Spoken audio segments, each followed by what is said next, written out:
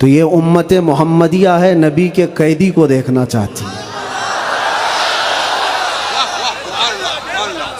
ظاہر سی بات ہے، جیل سے چھوٹنے کے بعد آدمی چہرہ چھپا کے گھومتا ہے،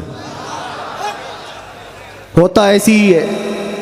جیل کاٹ کے آیا ہے، سزا کاٹ کے آیا ہے، لوگ اس کو دیکھ کر کے تانے مار رہے ہوتے ہیں اور وہ منہ چھپا کر گھوم رہا ہوتا ہے۔ لیکن یہ قانون ہر جگہ فٹ نہیں ہوتا۔ وہ اور ہوتے ہیں جو چہرہ چھپا کے گھومتے ہیں، جو نبی کے نام پر جاتے ہیں، وہ یہاں بھی چہرہ اٹھا کے جیتے ہیں، اور انشاءاللہ قیامت کے دن بھی چہرہ ان کا سرخرو رہے گا۔ اس لیے کہ اقبال نے بہت اچھی بات کہی، آبرو ما زنا میں مصطفیٰ است، ہم سب کی عزت و آبرو مصطفیٰ کے نام سے وابستہ ہے۔ اور اللہ کریم قرآن عظیم میں ارشاد فرماتا ہے، وَلِلَّهِ الْعِزَّةُ وَلِرَسُولِهِ وَلِلْمُؤْمِنِينَ، عزت اللہ کی ہے، رسول کی ہے، اور مومنین کے لیے ہے۔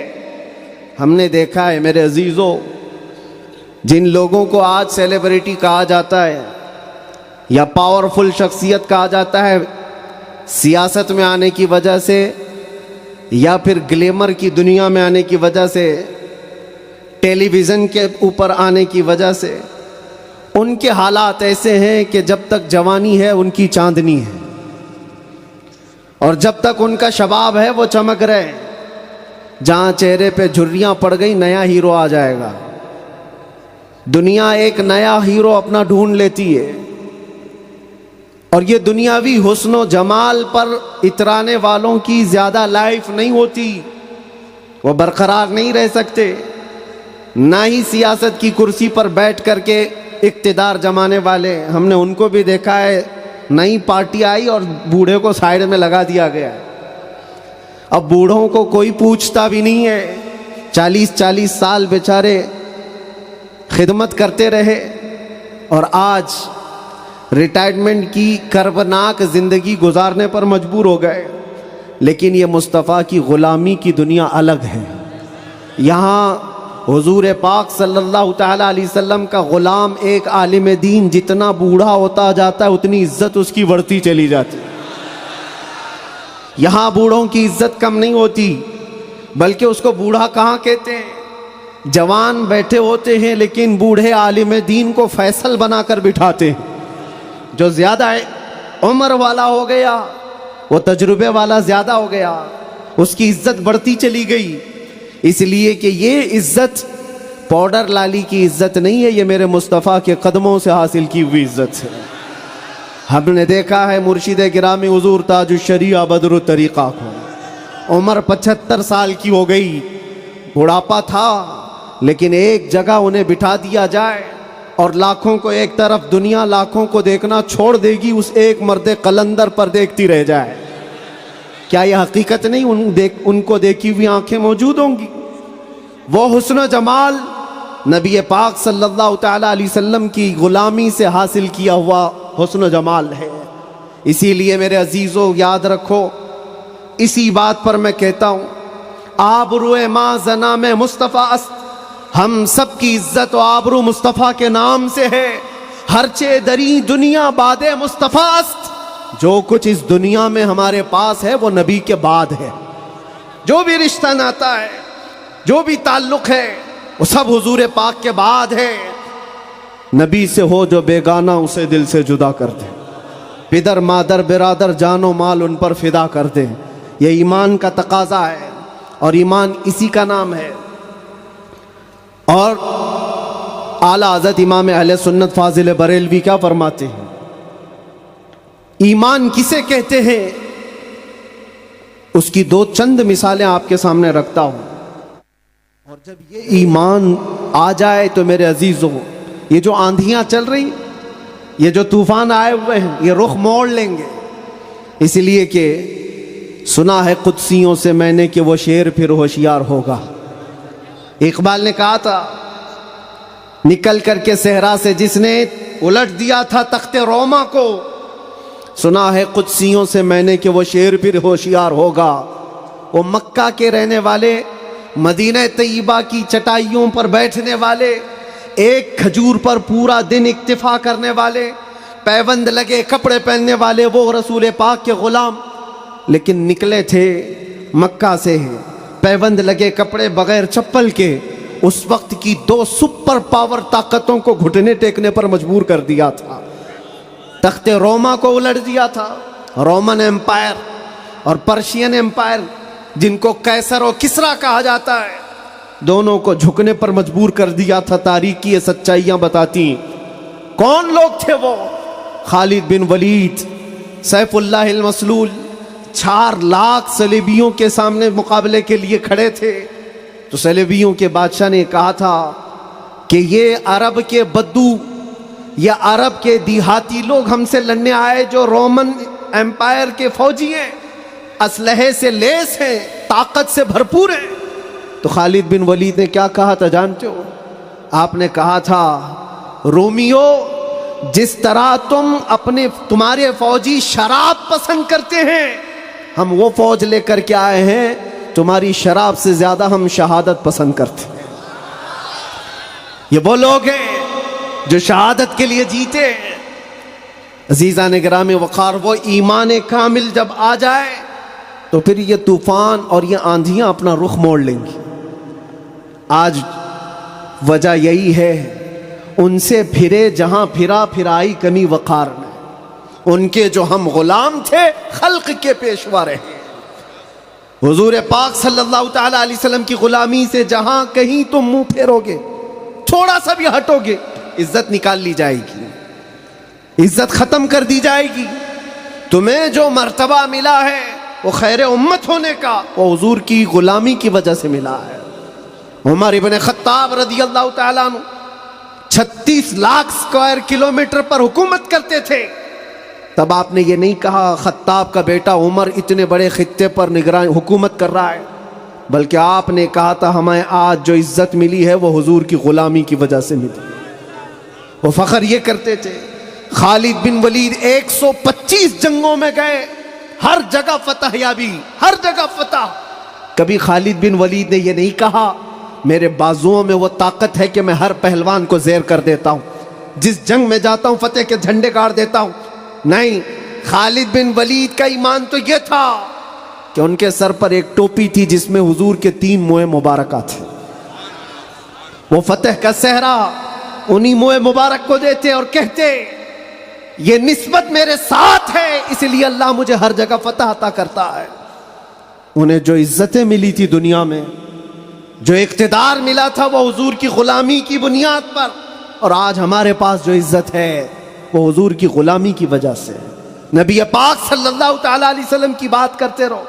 ایک جملہ میں اکثر کہا کرتا ہوں، ان کی بات کرو ہر دل پہ راج کرو، ان کی بات کرو ہر دل پہ راج کرو۔ دیکھنا آپ جو اس مذہب میں اس طریقے پر جتنا بڑھتا جاتا ہے اللہ اس کی عزت میں اضافہ کرتا ہے۔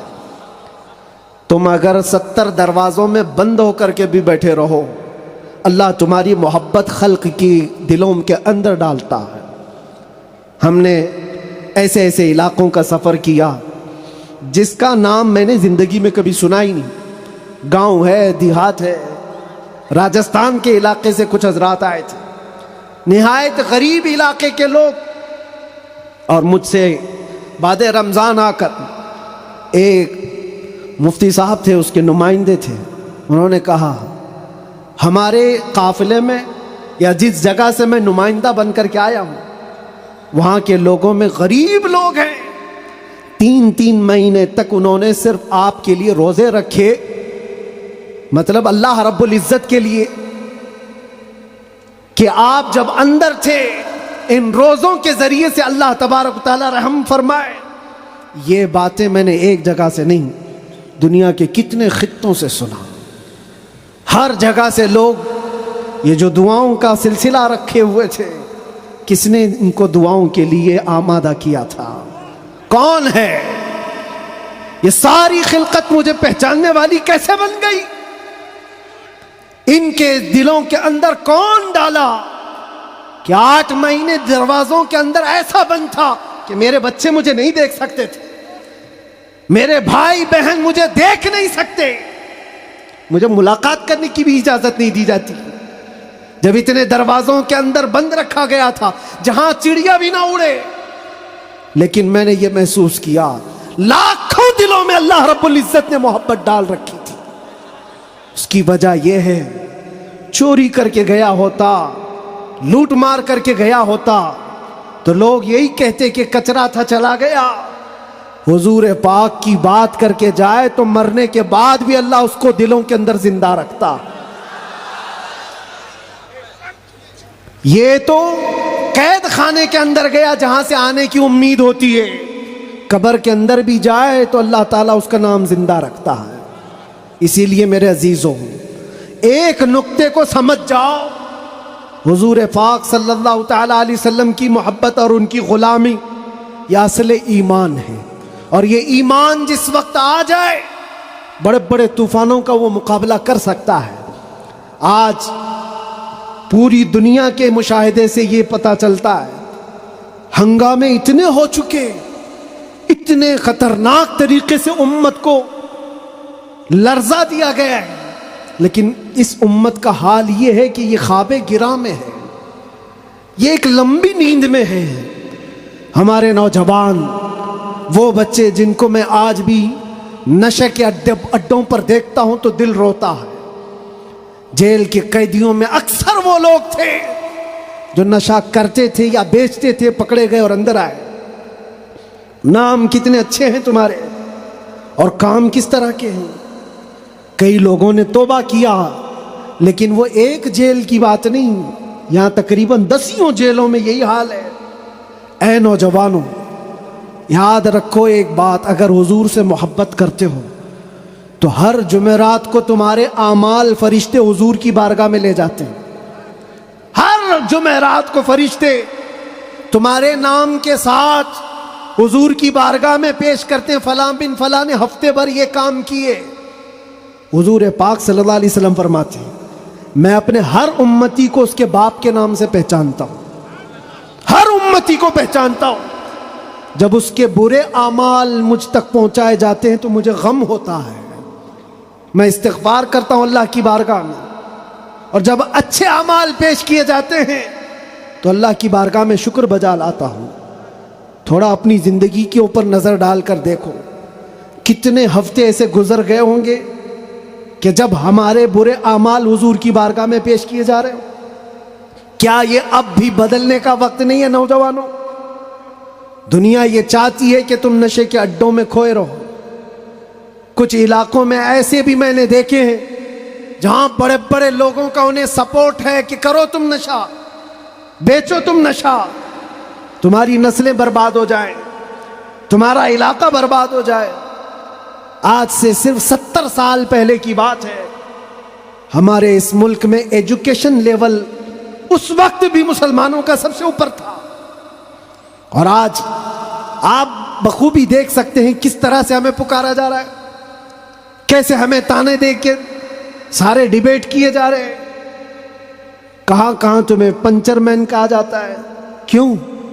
یہ وہ قوم ہے جو پوری دنیا کو علم سکھانے آئی ہے، خیر امت تم تھے، ان سے پھرے جہاں پھرا پھرائی کمی وقار میں۔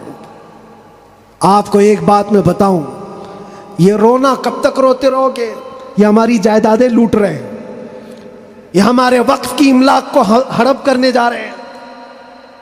دین پر، قرآن پر، اسلام پر، حضور کی ذات پر، ہر چیز پر نشانے اور ہر چیز پر انگلیاں اٹھائی جا رہی۔ تم کب تک احتجاج کرتے رہو گے؟ کب تک سڑکوں پر آؤ گے؟ کب تک اپنی آوازیں اٹھا کر کے پوچھتے رہو گے؟ کیا تمہارا کام صرف اتنا ہی رہ گیا؟ ایک بات یاد رکھو، جو ڈاکو ہوتا ہے اس کا کام ہی ہے لوٹنا۔ آج وہ کیا لوٹ رہے ہیں، کس پر ڈاکہ ڈال رہے ہیں، میں اس کی بات نہیں کرتا، مجھے رہزنوں سے غرض نہیں، تیری رہبری کا سوال ہے۔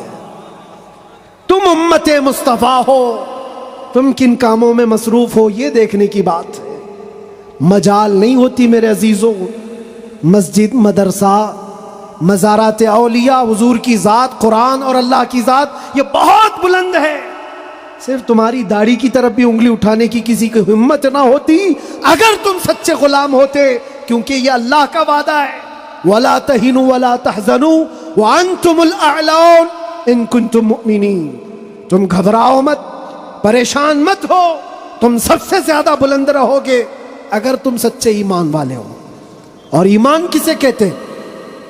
ایمان کسے کہتے؟ لا یؤمن احدکم حتی اکون احب الیہ من والدہ وولدہ والناس اجمعین، یہ میرے آقا صلی اللہ علیہ وسلم فرماتے ہیں تم میں سے اس وقت تک کوئی پورا مومن نہیں ہو سکتا جب تک کہ ساری دنیا تمہارے مال، اولاد، ماں باپ سب سے زیادہ مجھ سے محبت نہ کرے۔ اور ابھی میں سوال کرتا ہوں، سارے ہاتھ بھی اٹھا دیں گے، بہت سارے کھڑے بھی ہو جائیں گے، جوش میں بھی آ جائیں گے۔ صرف اگر میں اتنا پوچھوں، کیا آپ اپنے نبی پاک صلی اللہ علیہ وسلم سے اپنی جان سے زیادہ محبت کرتے ہیں؟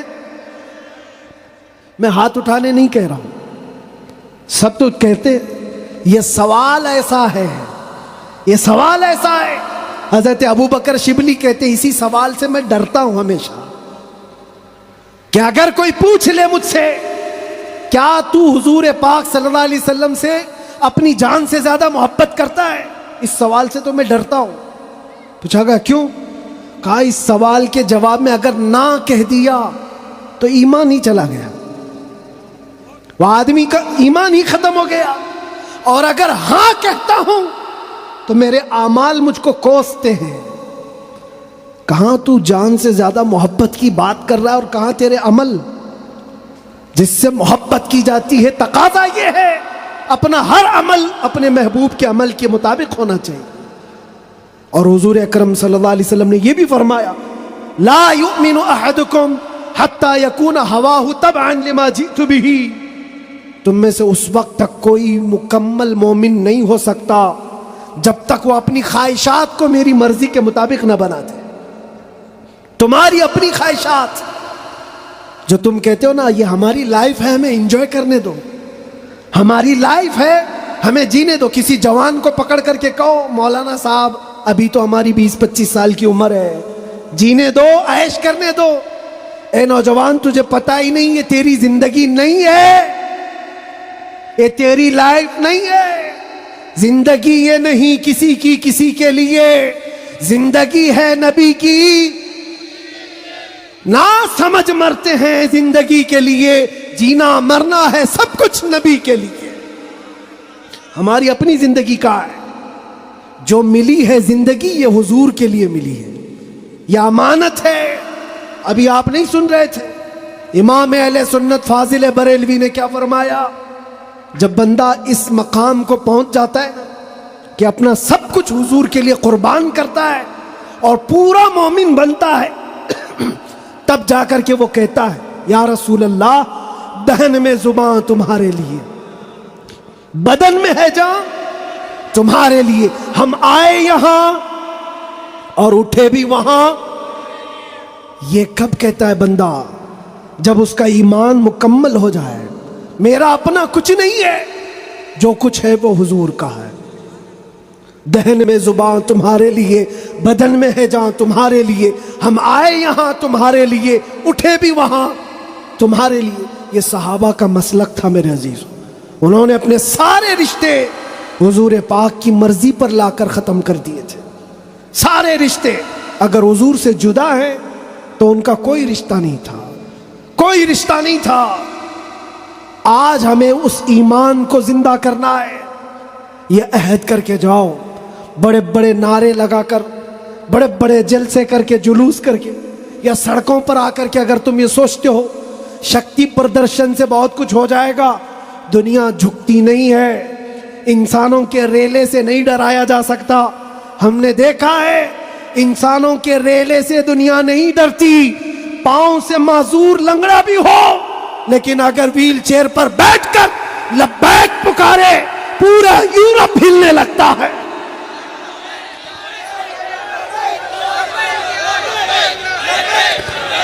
دنیا یہ سیلاب سے نہیں ڈر رہی، دنیا کو اگر خوف ہے تو صرف اس ایمان سے جو عمر ابن خطاب کا تھا، اس ایمان سے ڈر ہے جو خالد بن ولید کے اندر تھا۔ اسی لیے انگریز آج سے 100 سال پہلے کیا کہہ کر کے گئے تھے پتہ ہے؟ ہمارے بارے میں یہ کہہ کر کے گئے تھے، یہ فاقہ کش موت سے ڈرتا نہیں، ذرا روح محمدی اس کے بدن سے نکال دو۔ وہ یہ کہتے تھے روح محمدی اس کے بدن سے نکال دو۔ ڈر اسی بات سے ہے، ڈر اسی بات سے ہے۔ جہاں روح محمدی آ گئی، دنیا کو پتا ہے یہ سویا ہوا شیر جاگ گیا تو بہتوں کی نیند حرام کر دے گا۔ جتنے کتے ہیں سب بل میں چلے جائیں گے، حقیقت ہے، جتنے کتے ہیں سب بل میں چلے جائیں۔ اور مجھے لوگ یہ کہتے ہیں، مجھے کہتے ہیں کہ ڈر لگتا ہے، پھر آپ کتا کہہ رہے ہیں۔ میرے عزیزو، ہم ہندوستان میں رہتے ہیں، ہماری ہر گلی کوچے میں کتا ہوتا ہی ہے۔ مجھ سے باضابطہ طریقے سے سوال جواب کر رہے تھے، آپ تقریر میں اس طرح سے کہہ رہے ہو، کتا کہہ رہے ہو، کتا کہہ رہے ہو۔ میں نے کہا کس کو کہہ رہے ہو؟ میں نے کہا کتے کو کتا کہا، کس کو کہا جائے گا؟ ہم کتے کو کتا نہ کہیں تو آپ بولے ٹامی بولے۔ عزیزان گرامی وقار، مجھے اس سے لینا دینا نہیں ہے، بات یہ ہے کتے کیوں بھوک رہے ہیں اس سے کیا غرض، شیر کیوں سویا ہے اس سے غرض ہے، شیر کیوں سویا ہے اس سے مجھے غرض ہے۔ نبی پاک صلی اللہ تعالیٰ علیہ وسلم کی امت بزدل تو نہیں ہو سکتی، بزدل نہیں ہو سکتی۔ ہم کفن بردوش ہیں، ہم دنیا میں آئے اللہ اکبر سن کر کے آئے، اور جائیں گے تو اللہ اکبر سن کر جائیں گے، ہے یا نہیں؟ پیدا ہوئے تھے تو کانوں میں کیا سن گے؟ کسی مولوی صاحب نے اذان دی تھی کہ نہیں دی تھی؟ اللہ اکبر کہا تھا کہ نہیں کہا تھا؟ ارے جس دن پیدا ہوئے تھے اسی دن کہا تھا۔ کیوں کہا تھا؟ یہ تجھے پتا چلے اللہ اکبر کا مطلب اللہ سب سے بڑا ہے، باقی کوئی بڑا نہیں ہے، دوسرے سے ڈرنے کی ضرورت نہیں، اللہ سب سے بڑا ہے۔ اور جب مرو گے تو امام صاحب جنازے پہ کھڑے ہو کر کے کیا کہیں گے؟ نماز کے لیے رکعت باندھیں گے کہ نہیں؟ اللہ اکبر۔ جاتے ہوئے بھی ہمارا یہ قانون ہے کہ وہ اللہ کو سب سے بڑا مان کر کے جا رہا ہے۔ تو پھر یہ بیچ کی زندگی میں ایرے غیرے نتھو کھیرے سے ڈر کیوں؟ زیادہ سے زیادہ یہاں یہ ہوگا جو ہمارے ساتھ ہوا ہے۔ میاں یہ تو چند دنوں کی بات تھی، صحابہ اکرام میں وہ لوگ ہیں جو 16 سال تک قید کی سزائیں کاٹے ہیں۔ حضور پاک صلی اللہ علیہ وسلم کے زمانے میں 16 سال تک قید رکھا گیا۔ وہ بھی آج مثالیں بہت ہیں، موجود ہیں۔ آزمائش کا دور، اگر اللہ نے ہماری زندگی میں یہ لکھا ہے تو وہ قبول کرو۔ اور یہاں آئے ہیں مرنے کے لیے، موت تو آنی ہے سب کی، لیکن ایک مومن موت سے ڈرتا نہیں۔ کیوں؟ موت اس کے لیے حادثہ ہے جس کا یہ سوچنا ہے کہ مرنے کے بعد جلنا ہے، مرنے کے بعد پھر پتہ نہیں کس شکل میں پیدا ہونا ہے، کتا پیدا ہونا ہے، بلی پیدا ہونا ہے، چوہا پیدا ہونا ہے، سانپ پیدا ہونا ہے، ڈر ہے۔ مومن موت سے ڈرتا نہیں، اس لیے کہ مومن کا یہ عقیدہ ادھر آنکھ بند ہوگی ادھر دیدار مصطفیٰ ہوگا، اور قبر میں بھی جائے تو کیا خوب کہا ہے ایک عاشق رسول نے، کیا خوب کہا ہے، جب منکر نکیر آ کر اسے اٹھائیں گے سوال جواب دینے کے لیے، تو عاشق مصطفیٰ جو قبر میں گیا وہ کیا کہتا ہے؟ اب تو پائے ناز سے اے فرشتوں کیوں اٹھوں، ارے مر کے پہنچا ہوں یہاں اس دل ربا کے واسطے، جس کے لیے مرا تھا وہ بھی تو وہاں ہوں گے۔ بس میرے عزیزوں، گفتگو کو سمیٹتے ہوئے میں صرف اتنی بات کہوں گا، ان کے جو ہم غلام تھے، خلق کے پیشوا رہے، ان سے پھرے جہاں پھرائی کمی وقار میں، تو میں اللہ قرآن میں فرماتا ہے تم باعزت رہو گے، بلند رہو گے، کامیاب رہو گے، شرط یہ ہے کہ ہمیشہ ایمان کے ساتھ رہو، ایمان کے ساتھ رہو۔ اور ایمان کون سا ہے؟ مسجد میں تم سچے ہو گئے، بازار میں جھوٹے ہو گئے، یہ ایمان کا تقاضا نہیں ہے۔ تم تجارت پر بیٹھے ہو، لوگوں کو دھوکہ دے رہے ہو یا پھر چیٹنگ کر رہے ہو، یہ ایمان کا تقاضا نہیں۔ ایک صحابی رسول ہیں حضرت نعمان، ایک ملک گئے، وہ بادشاہ عیسائی تھا۔ جب اسے خبر ملی کہ عرب کے محمد صلی اللہ علیہ وسلم کا ایک سفیر آیا ہوا ہے، ایمبیسیڈر آیا ہے، تو اس بادشاہ نے ریشم کا قالین بچھایا اور سونے کی کلائی کی ہوئی کرسی رکھا ان کے استقبال کے لیے۔ لیکن جب وہ آئے، صحابی رسول حضرت نعمان، اپنی تلوار سے انہوں نے وہ قالین کو ہٹا دیا، جو ریشم کا قالین بچھا ہوا تھا ہٹا دیا، کہا میں زمین پر چل کر جاؤں گا۔ پھر جب کرسی دیکھی سونے کی ہے، ہٹا دیا، کہا میں عام کرسی پر بیٹھوں گا۔ بادشاہ نے کہا اتنا ایٹیٹیوڈ ہے، ہم نے آپ کے عزت کے لیے سب کیا تھا، ہم بہت عزت کرتے ہیں آپ کی، محمد صلی اللہ علیہ وسلم کے آپ سفیر بن کر کے آئے۔ اس صحابی نے کیا جواب دیا؟ کہا میں جس نبی کا ماننے والا ہوں اس نبی نے فرمایا مرد کے لیے ریشم کا استعمال حرام ہے، مرد کے لیے سونے کا استعمال حرام ہے، میں حرام چیز کا استعمال نہیں کر سکتا۔ وہ کہاں تھے؟ دوسرے ملک میں تھے۔ حضور کہاں ہیں؟ مدینے میں ہیں۔ بادشاہ نے کہا آپ تو بہت دور ہیں، وہ نبی کے ملک سے کافی دور ہیں، یہاں اگر آپ استعمال کر بھی لیں تو کیا خبر؟ اس صحابی نے جلال میں کہا میرا ایمان یہ ہے میں جس خطے میں بھی رہوں گا میرے نبی کا غلام بن کر رہوں گا، دھوکہ نہیں دے سکتا اپنے نبی کو کہ یہاں پر حضور کا غلام ہوں اور کسی جگہ غلام نہیں ہے۔ آپ سب کی بھی زندگی ایسی ہو کہ دنیا تمہیں کسی بھی جگہ دیکھے تو پہچان لے کہ حضور کا غلام ہے، سچ بولتا ہے، دھوکہ نہیں دیتا، جھوٹ نہیں بولتا۔ یہ تمہاری خصلتیں ہونی چاہیے، تمہاری عادتیں ہونی چاہیے۔ آج اگر کوئی یہ پوچھے نشہ کہاں ملتا ہے تو تمہارے محلے کی طرف کوئی اشارہ نہ کرے، کوئی تمہارے محلے کی طرف نہ آئے۔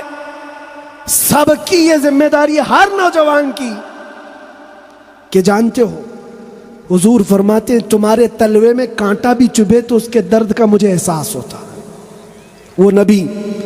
اور تم اگر نشہ کر کر کے اپنے آپ کو تباہ کر لو گے، اپنے آپ کو برباد کر لو گے، تو اس رسول کو بھی آپ ٹھیس پہنچا رہے ہو، حضور پاک صلی اللہ تعالی علیہ وسلم کو تکلیف پہنچا رہے ہو۔ بدلو اپنی اس زندگی کو، اور میرا میسج یہی ہے، اٹھو وہ گر نہ حشر نہ ہوگا پھر کبھی، دوڑو کہ زمانہ چھال اپنی چل گیا، قوت عشق سے ہر پست کو بالا کر دو، دہر میں نام محمد سے اجالا کر دو، دہر میں نام محمد سے اجالا کر دو۔ اور یہ جو رونا ہے ہمارا، یہ سارے مسئلوں کا حل کیا ہوگا، ہمارا فیوچر کیا ہوگا، ہمارا مستقبل کیا ہوگا؟ ارے اللہ کریم قرآن میں فرمایا ہے، جس سے میں اپنی گفتگو کا آغاز کیا تھا، پھونکوں سے یہ چراغ بجھایا نہ جائے گا، یہ دین اسلام تمہارے اور ہمارے باپ سے چلایا نہیں جائے گا، یہ اللہ کریم کا نظام ہے۔ چنگیز بھی آئے، ہلاکو بھی آئے، بڑے بڑے آئے، سڑے سڑے آئے، اس درخت کو ہلانے کی کوشش کرتے رہے، اور نام و نمود بھی ختم، نام و نمائش بھی ختم، سب چلے گئے، باقی مگر اب تک نام و نشاں ہمارا۔ یونان و مصر و روما سب مٹ گئے جہاں سے، باقی مگر ہے اب تک نام و نشاں ہمارا۔ اقبال نے یہ سچ کہا تھا، توحید کی امانت سینوں میں ہے ہمارے، آسان نہیں مٹانا نام و نشاں ہمارا۔ اس بات کو یاد رکھو، تمہارے مٹ جانے سے، میرے قتل ہو جانے سے اسلام نہیں مٹتا، اسلام ختم نہیں ہوتا۔ اندھے لوگ اگر یہ سوچ کر کے بم برسا رہے ہوں، قتل عام کر رہے ہوں، تو انہیں کان کھول کر سوچ لینا چاہیے، کربلا کی دھرتی پر امام حسین کے پورے خاندان کو قتل کر دیا گیا، اس وقت جب اسلام نہیں رکا تھا، تو اس سیلاب سے کبھی اسلام نہیں رکنے والا۔ یہ صبح قیامت تک چمکتا دمکتا رہے گا. اللہ فرماتا ہے ولو کری ہل کافرون، اگرچہ کافروں کو اچھا نہ لگے، اللہ تعالیٰ اس دین کو غالب رکھے گا. آپ بدلو اپنی زندگی کو، سچے مسلمان بنو، سچے اسلام کی پیروی کرو، تاکہ دنیا کو آج جو یہ پروپیگنڈا پھیلا کر کے سمجھایا جا رہا ہے، اس پروپیگنڈے کو بدل کر کے دکھاؤ کہ نہیں، جھوٹ ہماری خصلت نہیں ہے، بددیانتی ہماری عادت نہیں ہے، بلاتکاری ہم میں سے نہیں ہو سکتے، چور چمار ڈاکو نشہ خوری یہ ہم میں نہیں ہو سکتی. یہ ساری خصلتوں کو اپنے معاشرے سے دور کر کے پھر ثابت کر کے بتاؤ کہ حضور پاک کا غلام جدھر سے گزرتا ہے خوشبوئیں پھیلا کر جاتا ہے. اور عزت پھر تم دیکھو گے میرے عزیزوں، عزت فوج جمع کرنے کا نام طاقت نہیں ہے، ایمان کی قوت بڑھانے کا نام اصل طاقت ہے. یہ طاقت واپس آ جائے انشاءاللہ العزیز. ایک جملہ کہتا ہوں، سنو، کان کھول کر سنو، بہت اچھی بات ہے. یہ میری پوری تقریر کا خلاصہ، لب لباب، حاصل کلام. کیا کیا چیزیں تمہیں چاہیے، کیا کیا چیزیں چاہیے؟ تخت چاہیے، سیاست چاہیے، قیادت چاہیے، حکومت چاہیے، ایجوکیشن میں مہارت چاہیے، بڑی کامیابی چاہیے. کیا کیا چاہیے؟ زمین چاہیے، جائیداد چاہیے، اوپر تک اڑنا آنا چاہیے. کیا کیا چاہیے؟ سب جمع کر لو. ایک ہی چیز ہے، ایک ہی چیز ہے کہ محمد سے وفا تو نے تو ہم تیرے ہیں. یہ جہاں چیز ہے کیا؟ لوح و قلم تیرے ہیں، لوح و قلم تیرے ہیں. اور آج ہم نے محسوس کیا ہے. مجھے کون پہچانتا تھا، میں کس خاندان سے ہوں یہ میٹر نہیں کرتا. میں اپنے باپ کے نام سے، اپنے خاندان کے نام سے یا کوئی سیاسی عہدہ رکھنے کی وجہ سے نہیں پہچانا جاتا، بلکہ اگر پہچانا جاتا ہوں تو صرف اس بنیاد پر جب تک بکے نہ تھے تو کوئی پوچھتا نہ تھا یا رسول اللہ تم نے خرید کر ہمیں انمول کر دیا. لبیک یا رسول اللہ.